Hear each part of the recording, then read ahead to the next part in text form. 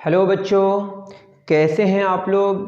आशा करता हूं कि आप लोग बहुत अच्छे होंगे और बहुत अच्छी तरह आप लोग प्लेन मिरर और शैडोज़ पढ़ लिए होंगे।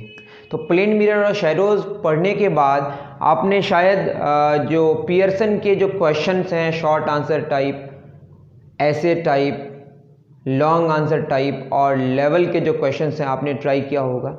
आपने अगर ट्राई किया होगा तो बहुत अच्छी बात, आपसे बन गया हो तो और भी अच्छी बात, नहीं बना हो या आपको फिर देखना हो कि किस तरह से सर प्रोसीड करते हैं, किस तरह से बनाते हैं क्वेश्चंस को, कैसे सॉल्व करते हैं, देखना चाहते हैं, इस लेक्चर को अटेंड कर सकते हैं।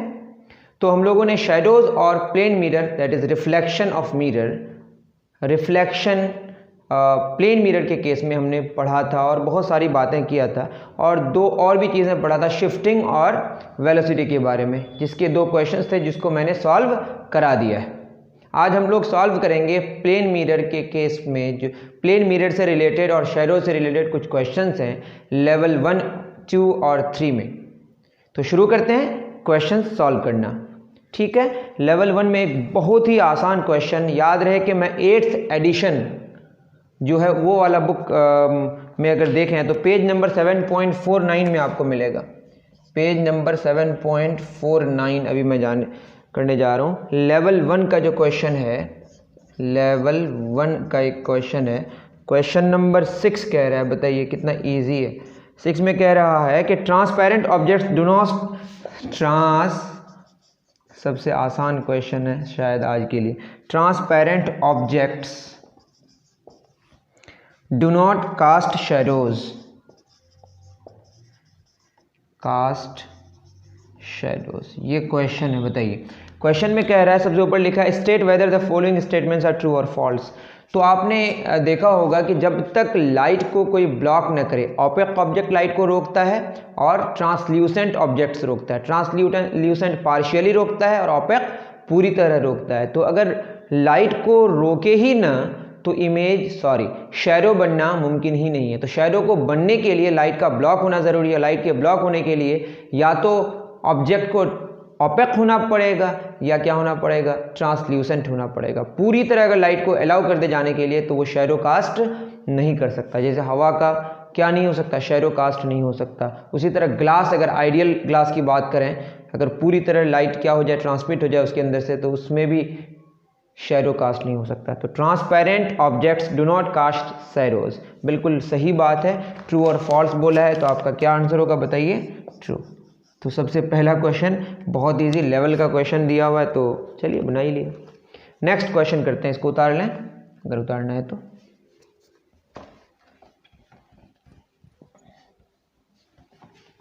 चलिए लेवल 1 में और एक क्वेश्चन है। लेवल 1 में question number 9, the size of the umbra region can B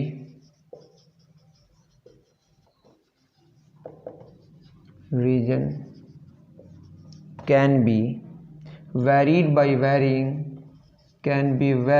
by varying the distance between the dash and dash। अब बताइए, अम्ब्रा मतलब शैडो की बात हो रही है। मैं अगर पॉइंट ऑब्जेक्ट की बात करूं तो सिर्फ क्या बनता है, अम्ब्रा। और एक्सटेंडेड ऑब्जेक्ट्स की बात करूं तो अम्ब्रा भी बनता है, पेनम्ब्रा भी बनता है। बहुत सारे केसेस हैं, अगर आपको जानना है तो मेरे पीछे वाले लेक्चर्स जाके देख लें। और आप को मैं आई बटन को क्लिक करके देख सकते हैं, मैं वहाँ पे उसको दे दूंगा उसके कि आप जाके वहाँ देख सकते हैं कौन सा वाला लेक्चर, अम्ब्रा और पेनम्ब्रा, दैट इज शैडोज़ के बारे में। शायद सेकंड लेक्चर होगा, आपको आई बटन में मिल जाएगा, देख लें उसको। तो आपने देखा होगा कि आपका क्या क्या होता है, एक पॉइंट सोर्स होता है, एक आपका ऑपेक ऑब्जेक्ट होता है और एक स्क्रीन होता है। यहाँ से यहाँ तक लाइट जाती नहीं है, जहाँ से जहाँ तक लाइट नहीं जा पाती उसको हम क्या बोलते हैं, अम्ब्रा। यहाँ पे एक हमारा क्या है, सोर्स, और ये क्या है, ऑपेक बॉडी, और ये क्या है, स्क्रीन। तो क्या हो गया बताइए, इन तीनों के जो डिस्टेंसेस हैं, मतलब सोर्स और बॉडी या बॉडी और स्क्रीन या स्क्रीन और सोर्स, इन तीनों के बीच जो डिस्टेंसेस हैं इसको वेरी करके हम अम्ब्रा के साइज को घटा और बढ़ा सकते हैं। तो क्या आंसर होगा बताइए, सोर्स, बॉडी एंड स्क्रीन। तो सोर्स, बॉडी और स्क्रीन के बीच के जो डिस्टेंसेज हैं आपस के, उनके डिस्टेंसेज को हम घटा बढ़ा के हम अम्ब्रा के साइज़ को घटा और बढ़ा सकते हैं। ठीक है, आपको डिटेल्स अगर जानना है तो आप लेक्चर को देख लें, लेक्चर 2 लाइट का आई थिंक देख लीजिएगा। उसके बाद एक क्वेश्चन है, the portion of a mirror from which reflection of a light actually takes place. जो मिरर है आपका, वो कोई भी मिरर हो सकता है, शायद प्लेन मिरर भी हो सकता है, कॉन्वेक्स, कॉन्केव, जो आगे पढ़ेंगे उसको एपर्चर कहते हैं। जिस पोर्शन में लाइट क्या करती है, जाके रिफ्लेक्ट करती है, उस पूरे पोर्शन को मिला के क्या बोलते हैं, एपर्चर। क्या बोलते हैं? क्वेश्चन नंबर 11, इसको मैं नहीं करा रहा हूँ, उस पोर्शन का नाम क्या है, एपर्चर। लेवल 1 में क्वेश्चन है ये, आप देख लें, बहुत सिंपल सी बात है कि जिस रीजन में, जिस पोर्शन में लाइट आके फिर वापस रिफ्लेक्ट होती है, उस पूरे पोर्शन को मिला के हम क्या बोलते हैं, एपर्चर। सिंपल सी बात है। एक बात आती है कि लॉज ऑफ रिफ्लेक्शन के बारे में मैंने बताया था, क्वेश्चन नंबर 14, एक अच्छा क्वेश्चन मान सकते हैं हम। Irregular reflection dash laws of reflection. Laws of reflection क्या कहता है कि I बराबर R होता है और incident ray, reflected ray and normal all lie in the same plane. हमने क्या बताया था, यहाँ पे नॉर्मल होगा, ऐसा ये इंसिडेंट रे, ये रिफ्लेक्टेड रे, ये वाला एंगल x है तो ये वाला एंगल भी क्या होगा, x होगा, चाहे वो जैसा भी। हमने क्या बोला था, इर्रेगुलर रिफ्लेक्शन के बारे में। तो इर्रेगुलर रिफ्लेक्शन का मतलब कुछ इस तरह का होगा, यहाँ पे अगर लाइट आएगी, लाइट ऐसे आई तो यहाँ का नॉर्मल क्या होगा, ऐसा होगा, ये वाला एंगल अगर x है तो ये वाला एंगल क्या होगा, x होगा। तो हर एक पॉइंट में एक अलग अलग नॉर्मल होगा, उस नॉर्मल के रिस्पेक्ट में और इंसिडेंट रे के बीच जो एंगल बनेगा वो इंसिडेंट एंगल होगा, और रिफ्लेक्टेड रे और नॉर्मल के बीच जो एंगल होगा, रिफ्लेक्टेड एंगल होगा, दोनों आपस में बराबर होगा। उस पॉइंट में लॉ ऑफ रिफ्लेक्शन वैलिड है, चाहे वो इर्रेगुलर रिफ्लेक्शन ही क्यों ना हो। यहाँ पे अलग होगा, यहाँ का नॉर्मल ऐसा होगा, यहाँ I होगा तो ये ऐसा जाएगा, तो बात समझ, ये x हो तो ये क्या होगा, x होगा। तो उस पॉइंट के लिए लॉ ऑफ रिफ्लेक्शन वैलिड है। तो इर्रेगुलर रिफ्लेक्शन का मतलब ये है कि यहाँ का नॉर्मल आपस में क्या नहीं है, पैरेलल नहीं है, लेकिन लॉ ऑफ रिफ्लेक्शन उस पॉइंट के लिए वैलिड है, चाहे वो जिस पॉइंट की भी बात करें, चाहे वो जैसा भी हो सरफेस पूरी तरह मिला के, लेकिन उस पॉइंट में जो लाइट आएगी, उस पॉइंट में हम लोग क्या ड्रॉ करेंगे, एक नॉर्मल इंसिडेंट रे के साथ जो एंगल बनाएगा वो वाला एंगल, और जो रिफ्लेक्टेड रे के साथ जो एंगल बनाएगा वो वाला एंगल आपस में क्या होगा, बराबर होगा। तो इर्रेगुलर रिफ्लेक्शन हो या रेगुलर रिफ्लेक्शन हो, सब केस में ओबे करता है क्या, लॉज ऑफ रिफ्लेक्शन। बस कैसा होना चाहिए, रिफ्लेक्टिंग सरफेस होना चाहिए। तो रिफ्लेक्टिंग सरफेस में अगर सारे नॉर्मल्स आपस में पैरेलल हो जाएं, तो इंसिडेंट रेज अगर पैरेलल हैं तो रिफ्लेक्टेड रेज भी उसके कॉरेस्पॉन्डिंग क्या होंगे, पैरेलल होंगे, बट इस केस में नहीं होंगे रेगुलर रिफ्लेक्शन में। लेकिन लॉ ऑफ रिफ्लेक्शन वैलिड है। आपको अगर ज़्यादा जानना है तो आप पीछे जाके जान लें, ठीक है।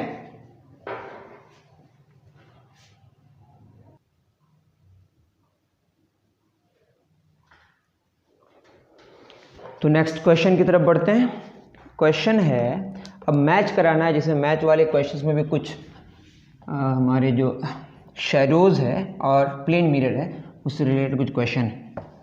तो पहला क्वेश्चन है 15 में, क्वेश्चन नंबर 15 में मैच कराना है। ए में कुछ है गिवन और बी में कुछ गिवन है। तो पहला वाला मायोपिया, हाइपोमेट्रोपिया, इसके बारे में हमको पता नहीं है। सी में गिवन है अम्ब्रा। तो अम्ब्रा में अगर देखें यहाँ पे लिस्ट में फायर फ्लाई, ये एक अलग बात हो गई, इसकी बात ही नहीं कर। लीनियर मैग्नीफिकेशन के बारे में डिस्कशन नहीं करते हैं। कॉन्केव लेंस, कॉन्वेक्स नहीं पढ़े। परमानेंट इमेज, ये भी बात नहीं। मैग्नीफिकेशन के बारे में बात। टोटल डार्कनेस, तो अम्ब्रा का मतलब पूरी तरह लाइट अगर ब्लॉक हो गया जिस रीजन तक, उसको हम क्या बोलते हैं, अम्ब्रा। तो टोटल डार्कनेस अगर आप देखिएगा जी में है, ये टोटल डार्कनेस। तो टोटल डार्कनेस ही हमारा क्या है, अम्ब्रा है बेसिकली। दूसरा डी में दिया हुआ है आपका पेनम्ब्रा, तो क्या पार्शियल होगा, देखते हैं पार्शियल कहाँ पे। तो पार्शियल में देखेंगे तो क्या हो जाएगा बताइए, पार्शियल या लेस डार्कनेस, ये जे में पार्शियल या लेस डार्कनेस। तो ये बिल्कुल सिंपल क्वेश्चन आप लोग कर सकते हैं, मेन है क्वेश्चन, आगे जाके हम लोग अभी जो डिस्कशन करेंगे। उसके बाद आई में अगर आप देखें आके, बीच में और भी कुछ है, उसके बारे में डिस्कशन नहीं करना। ल्यूमिनस बॉडी करेंगे डिस्कशन, लेकिन अभी वो टॉपिक्स नहीं पढ़े। ल्यूमिनस बॉडी क्या होता है बताइए। इसमें पहला फायर फ्लाई, जो खुद लाइट को क्या करता है, इमिट करता है। आप देखे होंगे फायर फ्लाई, हम लोग जुगनू कहते हैं शायद उसको। जे नन ल्यूमिनस बॉडी, इसमें क्या होगा, जो घर के जो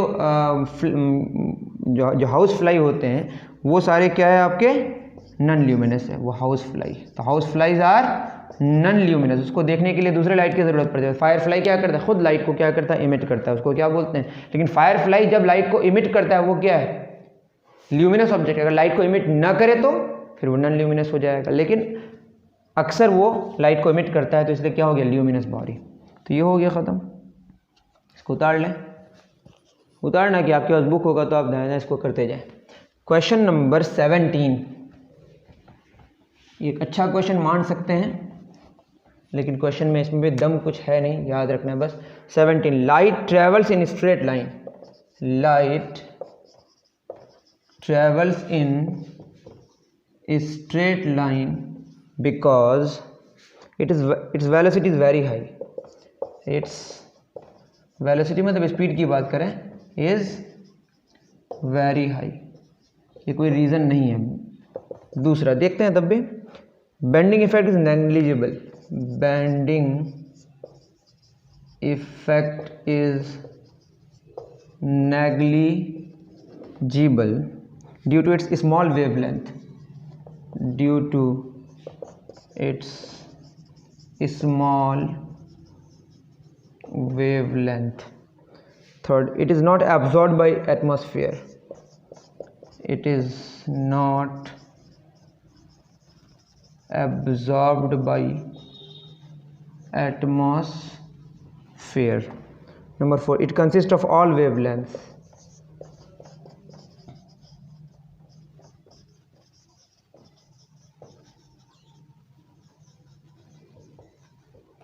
ठीक है, ऐसा कुछ बोला है। तो क्वेश्चन में अगर देखें कुछ तो नॉनसेंस वाले रीज़न है। वेलोसिटी बहुत हाई है, इससे कोई मतलब नहीं है। लाइट में जब बात करेंगे, चूँकि वेव है तो वेव की अपनी स्पीड होगी, मैंने बताया था एक फार्मूला, स्पीड बराबर वेवलेंथ इनटू फ्रीक्वेंसी, ठीक है। फ्रीक्वेंसी बहुत हाई होता है तो वेवलेंथ क्या होगा, बहुत कम होगा उस मीडियम में। अब वेवलेंथ बहुत कम होगा तो वो जो जिन टुकड़ों को, जिन पार्टिकल्स को टकराएगा, वो वेवलेंथ के रिस्पेक्ट में उसका जो साइज़ है बहुत हाई होता है। लेकिन ऐसा भी हो सकता है कि जब वो किसी पार्टिकल को टकराए और उसकी पार्टिकल के साइज़ लाइट के वेवलेंथ के साइज़ के कंपेरेबल हो जाए, तब उसका बेंडिंग इफेक्ट आएगा। बाद में हम लोग पढ़ेंगे वेव ऑप्टिक्स। कौन सा ऑप्टिक्स, अभी जो पढ़ रहे हैं वो कौन सा ऑप्टिक्स है, रे ऑप्टिक्स। अभी मानते हैं कि light travels in straight line path, light किस में ट्रेवल कर रहा है, स्ट्रेट लाइन में। वो ऐसे ऑब्स्टेकल्स को अभी टकरा रहा है जिसका साइज लाइट के वेवलेंथ से करोड़ों, मिलियन, बिलियन टाइम्स बड़ा है, जिसकी वजह से उसका बेंडिंग इफेक्ट को हम क्या मानते हैं, negligible. Bending effect is negligible due to its small wavelength. ये सही है, और सब रीज़न क्या है, गलत रीज़न है। तो इतना आप रख सकते हैं याद, that is more than enough. उतार लें।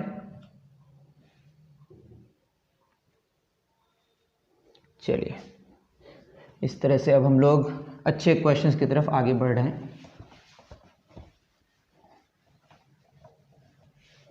नेक्स्ट क्वेश्चन है, real images are formed, question number 20।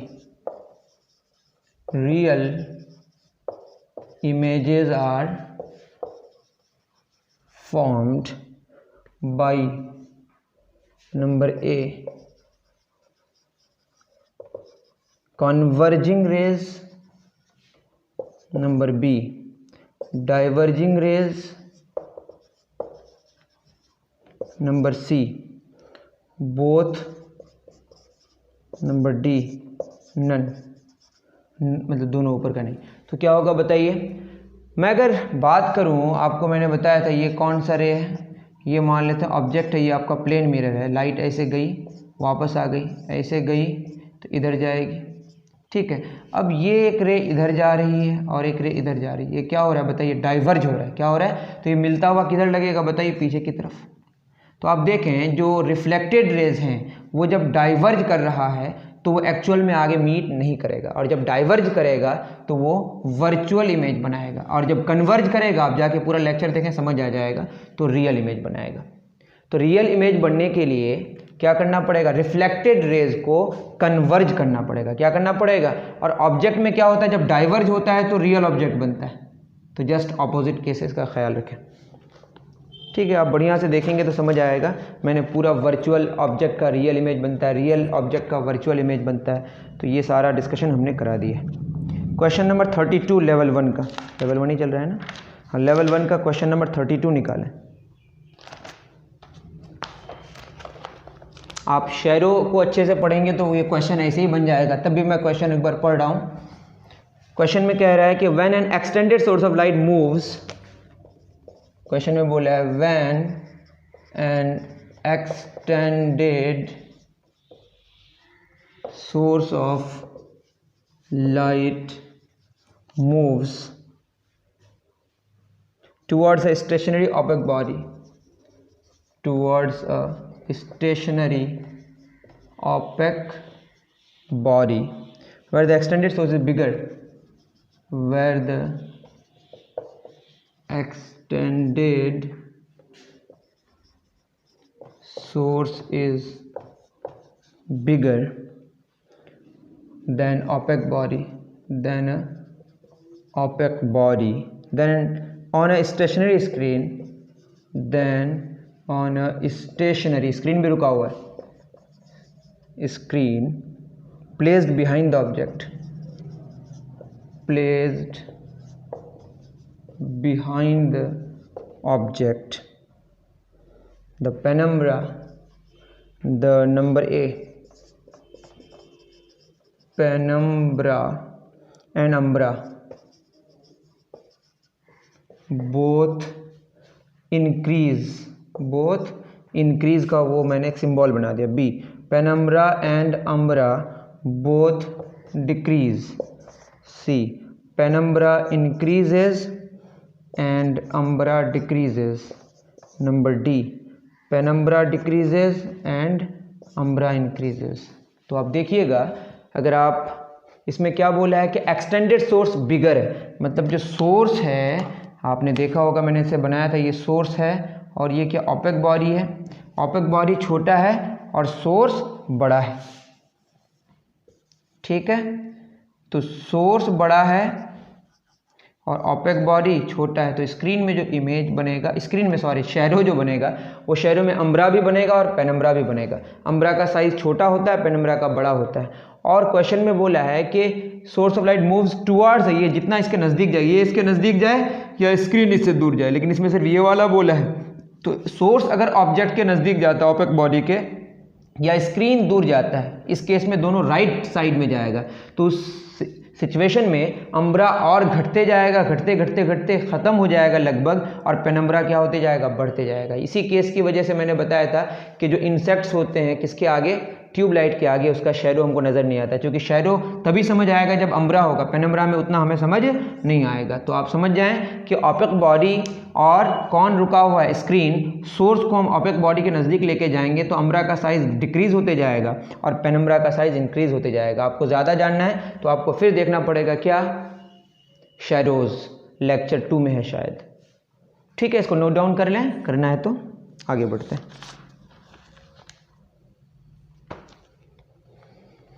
Question number 45 last question है हमारा लेवल 1 से, शैडोज और प्लेन मिरर का अगर देखा जाए तो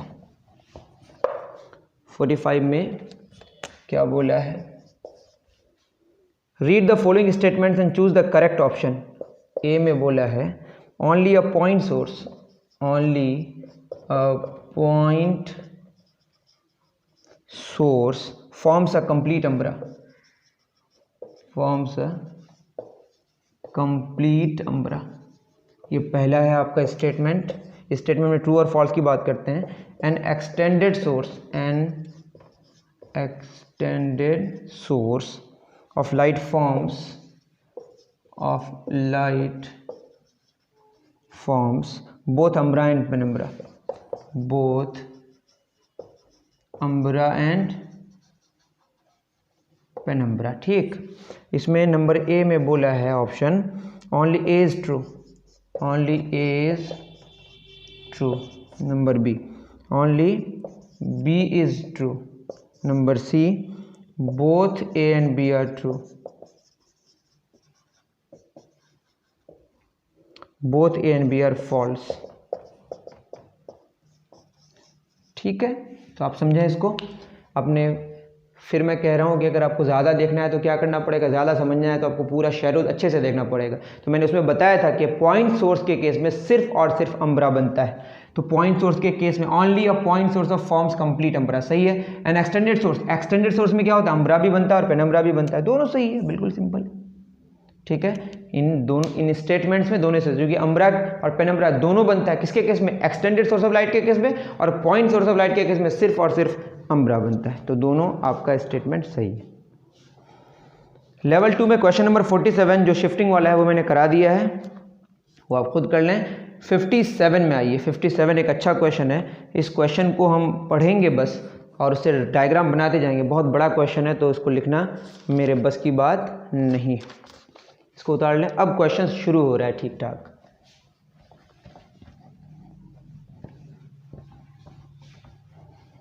(57) निकालें आप। क्वेश्चन नंबर 57 क्या कहता है? अगर आपके पास लेवल 2 है तो निकालें, हो सकता है क्वेश्चन नंबर वेरी करे, मैं पढ़ रहा हूँ। 2 plane mirrors are inclined at an angle of 50 degree. तो सबसे पहले 2 प्लेन मिरर बना लेते हैं। एक प्लेन मिरर है, बड़ा फिगर बनाएंगे, और ये दूसरा प्लेन मिरर है। दोनों के बीच का एंगल कितना है बताइए, 50 डिग्री का। कोई बात नहीं। उसके बाद क्या बोला है, अ रे is incident on one of the mirrors with a certain angle of incidence. मान लेते हैं कि इस तरह से यहाँ पे लाइट पड़ रही है, सॉरी, एक रे ऑफ लाइट क्या कर रही है, इंसिडेंट कर रही है। ठीक, ये आई। तो यहाँ पे क्या ड्रॉ करना पड़ेगा हमें, नॉर्मल। ये नॉर्मल होगा तो ये ऐसे आएगा। ठीक, ये वाला एंगल अगर x है तो ये भी क्या होगा आपका x होगा। ये लाइट आके यहाँ पे इंसिडेंट करेगी तो यहाँ पे हमको फिर क्या ड्रॉ करना पड़ेगा, नॉर्मल। ये अगर y है तो ये भी क्या होगा बताइए, ये भी y होगा। और क्वेश्चन में ये बोला है, क्या बोला है बताइए, क्वेश्चन में क्या बोला है, the reflected ray from this mirror is incident on the second mirror. इसका जो रिफ्लेक्टेड रे है किस पर पड़ा, सेकंड में। इसको फर्स्ट मिरर मान लेते हैं, इसको सेकंड मिरर। तो फर्स्ट मिरर पे इंसिडेंट किया लाइट, उसका रिफ्लेक्टेड रे फिर सेकंड पे पड़ा, सेकंड से पढ़ के फिर क्या हुआ, फिर रिफ्लेक्ट किया, फिर क्या किया, रिफ्लेक्ट किया। ठीक है, रिफ्लेक्ट किया तो किया। Mirror is incident on the second mirror such that it gets reflected parallel to the first mirror. तो ये फर्स्ट मिरर का क्या हो गया, पैरेलल हो गया। तो फिगर को और अच्छे से बनाने से तब बन पाएगा। ठीक है, ये वाला और ये वाला पैरेलल है, मतलब ये वाला और ये वाला क्या है, आपस में पैरेलल है। जब पैरेलल होगा तो खुद देखें, ये अगर पैरेलल होगा तो आप अच्छे से फिगर बना सकते हैं थोड़ा। ये वाला अगर 50 डिग्री है तो ये वाला भी क्या होगा, 50 डिग्री, कॉरेस्पॉन्डिंग एंगल। तो आप खुद देखें, ये 50 डिग्री, ये पूरा कितना डिग्री, 90 डिग्री। ये कितना डिग्री बताइए, 50 डिग्री होगा, क्योंकि ये इसके पैरेलल है। पैरेलल होगा तो ये 50-50 हो जाएगा। और ये पूरा 90 है तो इसको कितना होना पड़ेगा, 40 डिग्री। तो y कितना हो गया बताइए, 40 डिग्री। तो ये y भी कितना हो गया, 40 डिग्री। आप समझ सकते हैं, ये 40 तो ये कितना हो गया बताइए, 50 डिग्री ग्लेंसिंग एंगल। अब बताइए ये 50 और ये 50 कितना हो गया, 100। तो टोटल एंगल कितना होता है, इंटर एंगल का समेशन एक किसमें, ट्रायंगल में कितना होता है, 180 डिग्री। तो ये हो गया 50 50 100, यहाँ 80 होगा तब ना 180 डिग्री होगा। ये 180 डिग्री हो गया, और ये मिरर के साथ कितना एंगल बना, 90 डिग्री। ये 90 तो ये कितना होगा, ये 80, तो इसको कितना होना पड़ेगा, 10 डिग्री। इसको भी कितना होना पड़ेगा, 10 डिग्री। समझ आ रहा है? आप आराम से देख सकते हैं, मैंने समझा दिया। मैं फिर कह रहा हूँ, क्वेश्चन में बोला है कि एक लाइट की रे है, वो इंसिडेंट करी, इंसिडेंट करने रिफ्लेक्ट करने के बाद फिर दूसरे पे पड़ी, दूसरे बाद पड़ने फिर क्या करेगी, रिफ्लेक्ट करेगी। वो बोला है कि लास्ट में जो रिफ्लेक्ट करी वो पहले वाले मिरर से क्या हो गई, पैरेलल हो गई। पैरेलल मतलब ये 50 डिग्री तो ये भी 50 डिग्री, ये टोटल 90 डिग्री, ये 50 तो इसको 40 होना पड़ेगा, ये 40 तो ये भी 40, ये 40 तो ये 50, ये 50 50 100 तो इसको 80 होना पड़ा, ये 90 तो ये अगर 80 तो इसको 10 होना पड़ेगा, ये 10 डिग्री तो ये भी 10 डिग्री। तो फिगर तो आप और थोड़ा अच्छा बना सकते हैं, मैंने बना दिया। लास्ट में क्या बोला, also show that find the angle of incidence at the 2 mirrors. तो इसमें कितना एंगल बना, 10 डिग्री, इसमें कितना बना, 50 डिग्री। तो x हो गया हमारा 10 डिग्री और y कितना हो गया बताइए, 40 डिग्री। y कितना, 40 डिग्री। तो दोनों का हमारा एंगल ऑफ इंसिडेंस निकल गया। अब क्या बोला, also show that the sum of the angles of incidence on first and second mirrors is equal to the angle of inclination between the 2 mirrors. Angle of inclination कितना, 50 degree है, और x plus y कितना होगा, 10 plus 40 कितना, 50 degree. और ये angle of inclination के बराबर है कि नहीं, यही शो करना था। आई थिंक ये समझ आया होगा, आप खुद फिगर बनाए, आपको समझ आ जाएगा। ठीक है, नेक्स्ट क्वेश्चन 58, इसको उतार लें।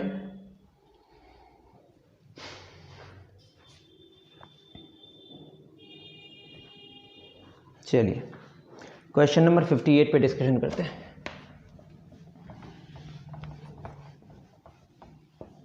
क्वेश्चन नंबर 58 क्या कह रहा है?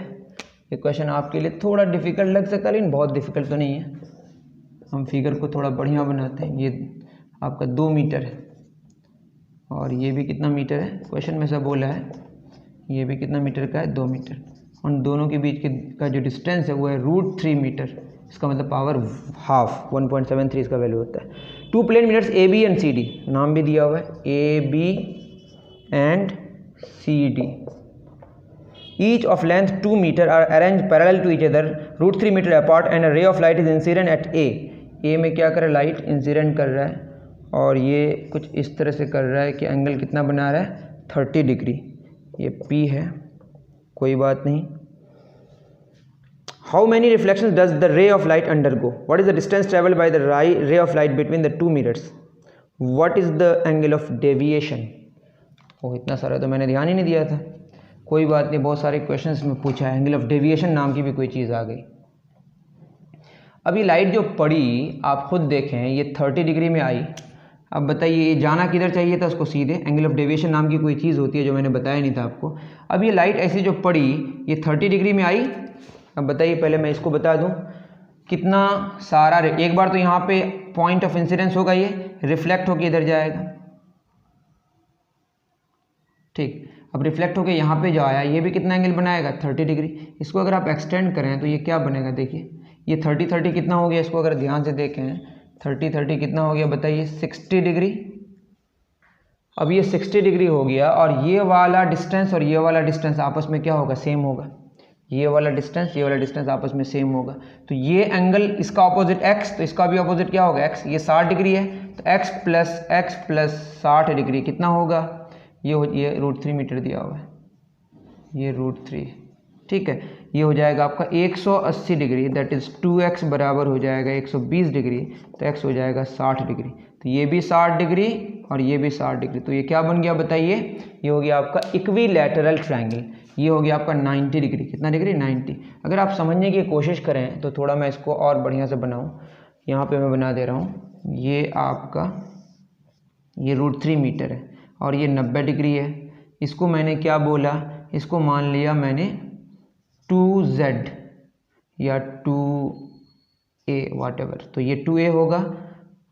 तो बताएं, ये मैंने 2a लिया और ये भी 2a होगा, तो ये भी पूरा क्या होगा? 2a। तो ये a होगा और ये a होगा, तो ये a आ गया। अब बताएं, हम अगर इसको सॉल्व करें पाइथागोरस थ्योरम से, 90 डिग्री का ऑपोजिट 2a का होल स्क्वायर बराबर √3 का स्क्वायर प्लस a का स्क्वायर। 2a स्क्वायर मतलब 4a square plus a square आएगा तो a स्क्वायर, √3 का स्क्वायर 3 हो जाएगा। इसको जब सॉल्व करेंगे तो 3a स्क्वायर बराबर 3 होगा, 3 कैंसिल, a स्क्वायर बराबर 1, तो a का वैल्यू +-1 होगा, बट 1 ही लेंगे क्योंकि हमारे पास पॉजिटिव एलिमेंट डिस्टेंस की बात कर रहे हैं। तो ये 1 यूनिट हो गया, ये 1 मीटर हो गया। क्या हो गया? ये 1 मीटर। फिर ये रिफ्लेक्ट होके कहाँ आएगा? यहाँ पे हमारा होगा ये 30 डिग्री, तो ये भी होगा आपका 30 डिग्री। फिर ये रिफ्लेक्ट होके ऐसे कहीं आएगा। ठीक है, तो ये 1 मीटर इधर होगा, 1 मीटर यहाँ पे होगा। जब ये रिफ्लेक्ट होके जाएगा फिर चला जाएगा। ये बात समझ आ रही है? अब आप अगर ध्यान से देखें तो कितनी बार रिफ्लेक्शन हुआ? 1 2 3। तो आंसर हमारा कितनी बार रिफ्लेक्शंस हुआ? 3 रिफ्लेक्शंस हुआ। कितने रिफ्लेक्शंस हुए? 3 रिफ्लेक्शंस। ठीक है, उसके बाद क्या बोला है? What is the distance travelled by the रे of light between the 2 mirrors?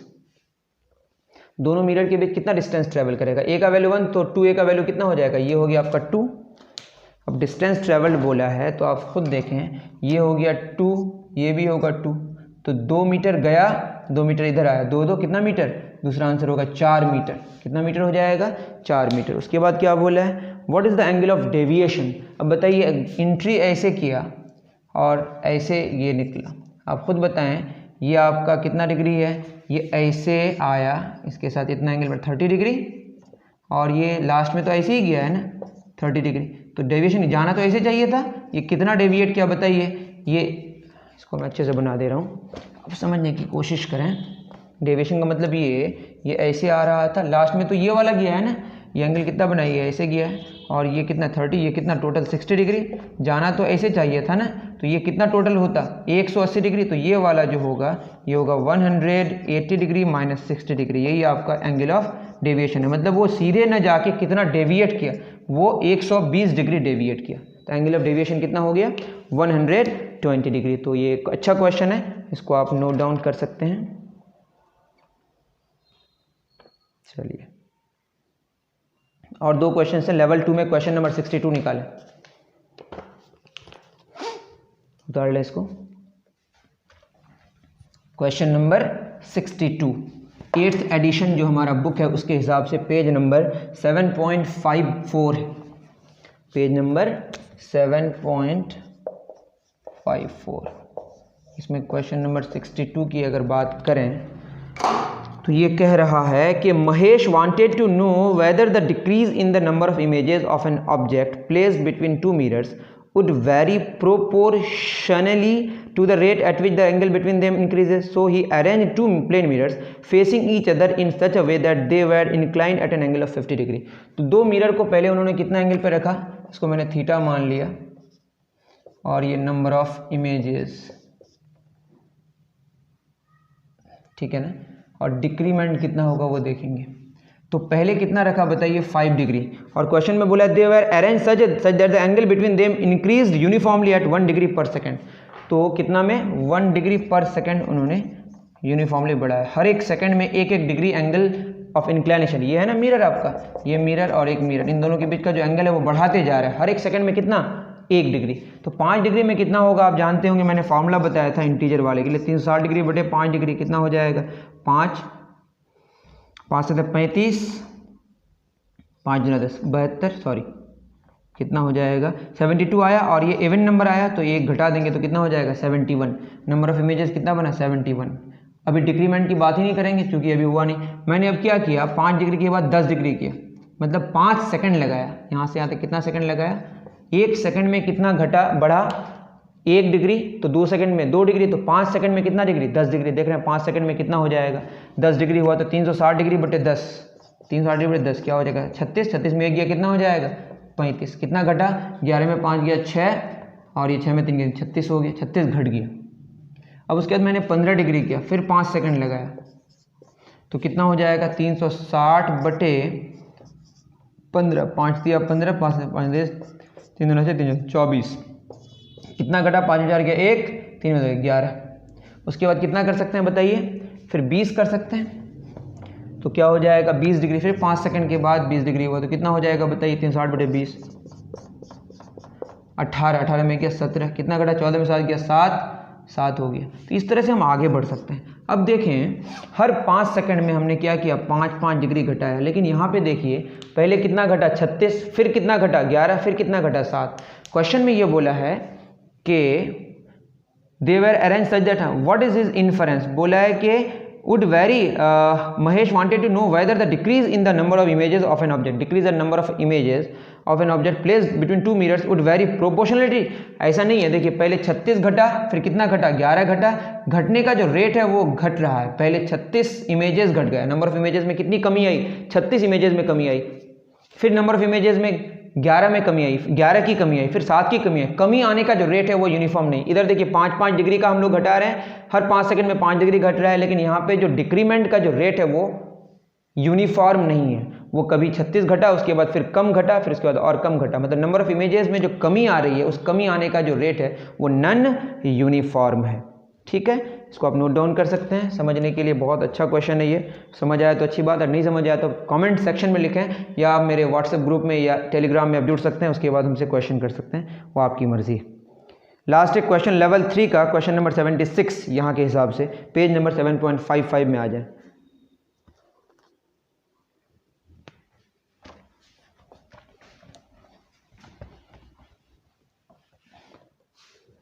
Page number 7.55 question number 76 मैं पढ़ता हूँ। क्वेश्चन कुछ यूँ है, इसमें फिगर में एरर है, लेकिन क्वेश्चन बोला ray of light making an angle of 50 degree with the horizontal.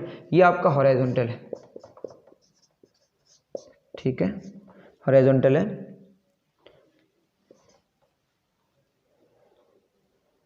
Is incident on a plane mirror. Plane mirror कुछ ऐसे है,